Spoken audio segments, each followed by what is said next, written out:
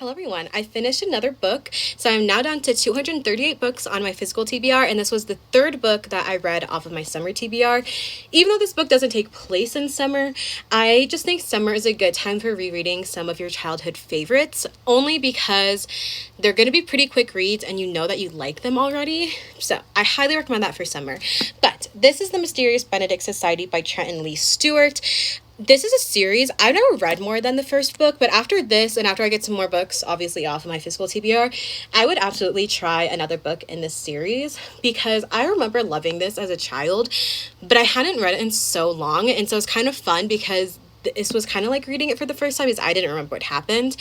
And I am impressed by how well this held up reading again. Sometimes you reread books you liked as a kid and they just aren't as great as you remember them. But this absolutely held up for me. And I think it shows that this is an author who takes kids seriously and actually enjoys children. Because I think there's books that you read where the author just doesn't really like children or thinks that they're kind of dumb, and that shows in their writing or how they interact with kids. And this is definitely an adult who takes kids seriously.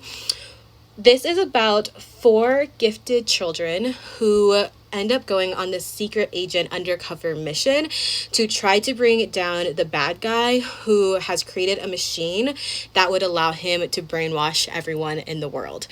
So they go on this mission, and something I think is really clever about this book is each of the 4 main characters have a different type of intelligence and they have a different way of problem solving, and that stays with them throughout the whole book. So in a whole bunch of different scenarios, you get to see how each one of them approaches things differently, and then also how those different skills complement each other. And I honestly think this is great for kids because I think it's great for kids to learn and see that there are different ways to be smart and be problem solvers that aren't necessarily just being book smart, which is what you're getting in school. I think it's good for them to see that you could be really good at problem solving.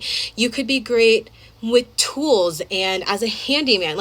I just think it's so important for kids to not discredit themselves because they aren't traditionally book smart. So yes, I think this held up against time. I absolutely recommend anybody reading this, whether you liked it as a kid or if you're just looking for a kind of fast read. It is pretty long, but I think you fly through it pretty fast since it is a children's book.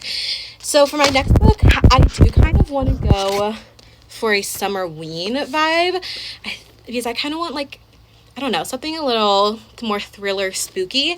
So I picked out The Last Time I Lied by Riley Sager because I think this takes place at a summer camp, I'm pretty sure. And a summer camp thriller is the perfect summer Wayne book.